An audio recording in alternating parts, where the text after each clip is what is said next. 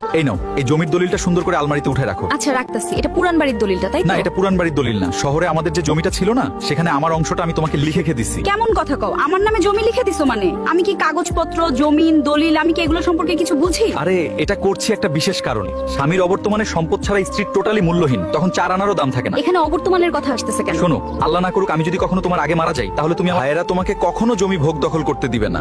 এরা আজীবন তোমার সাথে জমি নিয়ে ঠেলাঠেলি করবে। কেমন কথা? আমার মাইয়া পোলা আছে না, ওরা সব দেখে নেবে।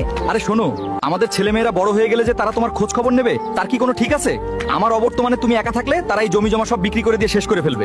তুমি খাইছো কি না খাইছো তাও তারা জিজ্ঞেস করবে না। এখন আমি তোমাকে যে জমিটা দিলাম, সেই জমির কারণে তারা তোমাকে মাথার টাচ করে রাখবে।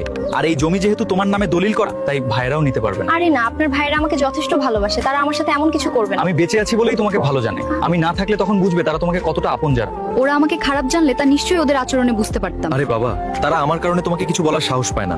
আমি যখন থাকবো না, তখন বুঝবে বিষয়টা আসলে কি।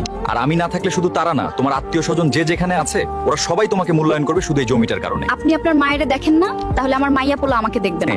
আমরা আমাদের মাকে যথাযথ মূল্যায়ন করি, আর এখনকার ছেলে মেয়েদের জেনারেশন কি করবে কে জানে। আচ্ছা, কিন্তু আমি যদি মারা যাই তখন আপনার এই জমির কি হবে? আরে তুমি তো আমার উপর নির্ভরশীল, আমি তো আর তোমার উপর নির্ভরশীল না। আমি বাজার এনে দিলে তবেই তুমি খেতে পারো, আর আমি কাপড় এনে দিলে তবেই তুমি পড়তে পারো। আমি আমার মতো করে আমার যা আছে তা দিয়ে চইলা ফিরা মিল করে খেয়ে যেতে পারবো, তুমি তো আর তা পারবে না। এই জন্যই জমিটা তোমার নামে দিয়ে দিছি। আপনি যে আমার নামে জমি দিয়েছেন, এটা জানাজানি হলে সবাই আমাকে পর করে দেবে। জমির মালিক এখন তুমি, জানলেই তাদের কি। তোমার কাছে একটাই অনুরোধ, এই জমির দলিল কখনো হাতছাড়া করো না।